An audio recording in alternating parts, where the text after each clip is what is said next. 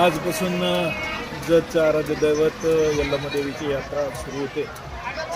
आज गंध, उद्या नैवेद्य आणि परवा दिवशी तीज आणि ही यात्रा साधारणतः अमावस्येपर्यंत भरते।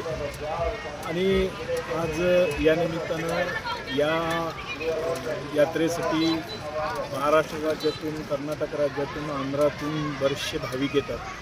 आज या भाविकांना मी या निमित्तानं मी आवाहन करतो की चांगल्या पद्धतीने आपली देवाचे दर्शन घ्यावं आणि अशाच पद्धतीने जतची यात्रा आज मोठ्या प्रमाणावर ज्या पद्धतीने दिसते तशीच आपल्या या यल्लम्मा देवीचे भक्तांवर असलेले आशीर्वाद आणि त्या निमित्तानं या तालुक्यातल्या तमाम शेतकऱ्यांच्या सुखदुःखात या अशीच